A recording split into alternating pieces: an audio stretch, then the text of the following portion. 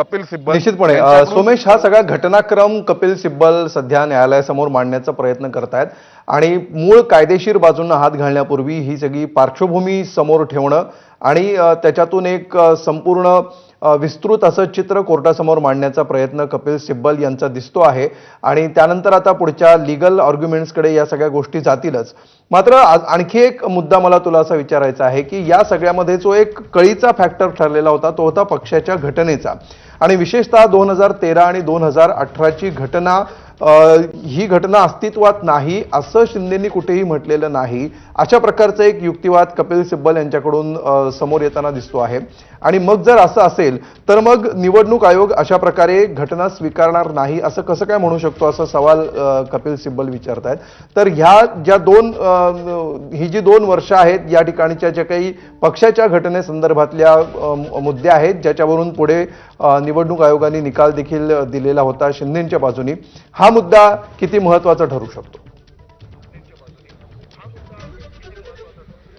निश्चितच कपिल सिब्बल यांच्याकडून तो मुद्दा मांडला जातोय की 2018ची घटना अनडिस्प्युटेड होती, म्हणजे त्यावर कोणी पक्षातून आक्षेप घेतलेला नव्हता आणि 2018ची घटना दुरुस्ती, त्यावेळेस झालेलं अधिवेशन शिवसेना पक्षाचं, त्या अधिवेशनात उद्धव ठाकरेंची झालेली पक्षप्रमुख म्हणून नेमणूक, यालाही कुणी विरोध केलेला नव्हता. परंतु निवडणूक आयोगाने ज्यावेळी हा शिवसेना पक्ष आणि चिन्हाबाबतचा निर्णय घेतला तेव्हा त्यांनी म्हटलं की पक्षाच्या घटनेसंदर्भात विचार होऊ शकत नाही, कारण ज्या घटनेच्या आधारे उद्धव ठाकरेंचा गट म्हणतोय की आम्ही शिवसेना आहोत ती घटना निवडणूक आयोगाच्या रेकॉर्डवर नाहीये. घटना पालन करण्याच्या बाबतीमध्ये सुद्धा कोणत्याही स्वरूपाचा निर्णय त्यामुळे होऊ शकत नाही, कारण मूळ घटना ही 2018 साली रेकॉर्डवर निवडणूक आयोगाच्या नाही. आणि मग निवडणूक आयोगाने म्हटलं की पहिली टेस्ट आहे की पक्षाच्या उद्दिष्टांसोबत कोण आहे, दुसरी जी टेस्ट आहे की पक्षाची घटना कोणी पाळली आहे आणि घटनेचं पालन कोणी केलंय, राजकीय पक्ष कोणासोबत आहे, आणि त्यानंतर तिसरी टेस्ट आहे ती म्हणजे कुणासोबत किती आमदार आहेत आणि खासदार आहेत. तर या पहिल्या 2 टेस्टच्या आधारे ज्यावेळी निर्णय करता आला नाही निवडणूक आयोगाला, तेव्हा निवडणूक आयोगाने या पहिल्या 2 टेस्टच्या आधारे निर्णय करता येत नाही असं म्हणून तिसरी टेस्ट म्हणजे आमदार खासदार कोणासोबत किती आहेत या आधारावर निर्णय केला होता. आणि आता कपिल सिब्बल तेच सांगतायत की 2018 सालची जी घटना आहे त्या घटनेवर कोणत्याही स्वरूपाचा आक्षेप नव्हता. विधिमंडळ पक्षामध्ये फूट पडलेली होती, 2 पक्ष, 2 आमदार, 2 नेते तयार झाले होते, त्यांच्या नेतृत्वामध्ये आमदारांचे स्वतंत्रपणे गट होते आणि 2018ची घटना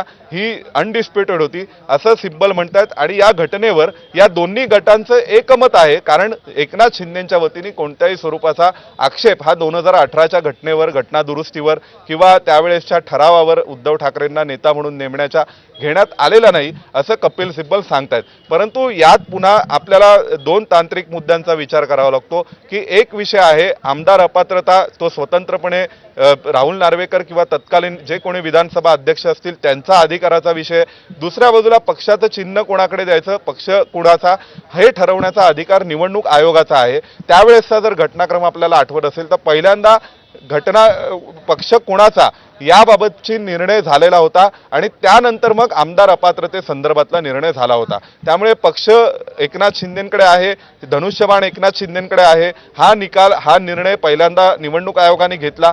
त्यानंतर मग राहुल नार्वेकर यांनी धनंजय चंद्रचूड यांचं जे या प्रकरणातलं निकालपत्र होतं ते आल्यानंतर त्या निकालपत्रात जे म्हटलं होतं की राहुल नार्वेकरांनी तातडीने लगेच सुनील प्रभूंना व्हीप म्हणून बाजूला केल्यानंतर किंवा सुनील प्रभूंऐवजी भरत गोगावले यांना व्हीप म्हणून नेमणं अवैध होतं. त्यावेळी निवडणूक आयोग, सर्वोच्च न्यायालयाने असं म्हटलं की भरत गोगावलेंना नेमणं अवैध होतं. त्याचं कारण असं आहे की सर्वोच्च न्यायालय असं म्हणालं की घटनेनुसार विधानसभा अध्यक्षांनी एक स्वतः चौकशी केली पाहिजे, इंडिपेंडंट इन्क्वायरी केली पाहिजे त्यांच्या लेवलला की पॉलिटिकल पक्ष कोणाकडे आहे.